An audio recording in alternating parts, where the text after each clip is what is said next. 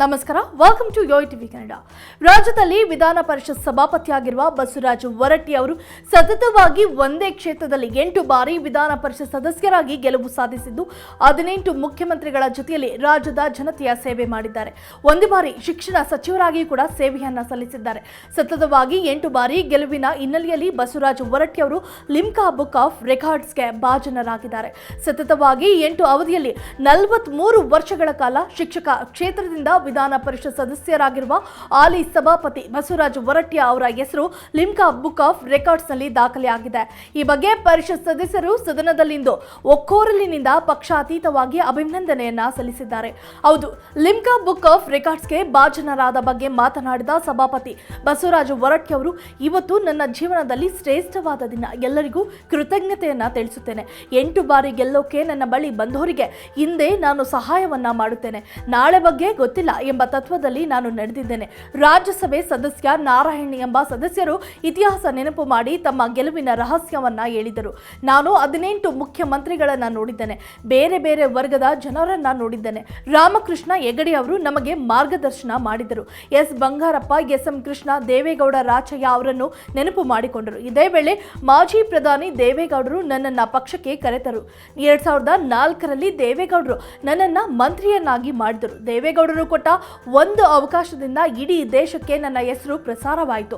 8 ಬಾರಿ ಗೆಲ್ಲೋಕೆ ನಾನು ಮಾತು ಕೊಟ್ಟಂತೆ ನಡೆದುಕೊಂಡಿದ್ದೇನೆ. ಯಾರೇ ಒಬ್ಬ ಶಿಕ್ಷಕರಿಂದ 1 ರೂಪಾಯಿ ಹಣವನ್ನು ನಾನು ಮುಟ್ಟಿಲ್ಲ. ನಾನು ಯಾರಿಗೂ ಹಣ ಕೊಟ್ಟಿಲ್ಲ, ಯಾರಿಂದಲೂ ಹಣ ಪಡೆದಿಲ್ಲ. ಮಾಜಿ ಪ್ರಧಾನಿ ಎಚ್.ಡಿ. ದೇವೇಗೌಡರ ಆಶೀರ್ವಾದದಿಂದ ನಾನು ಮಂತ್ರಿಯಾದೆ. ಮಂತ್ರಿಯಾಗಿ ಶಿಕ್ಷಣ ಕ್ಷೇತ್ರದಲ್ಲಿ ಸಾಕಷ್ಟು ಅಭಿವೃದ್ಧಿ ಮಾಡಿದ್ದೇನೆ ಎಂದು ತಿಳಿಸಿದರು.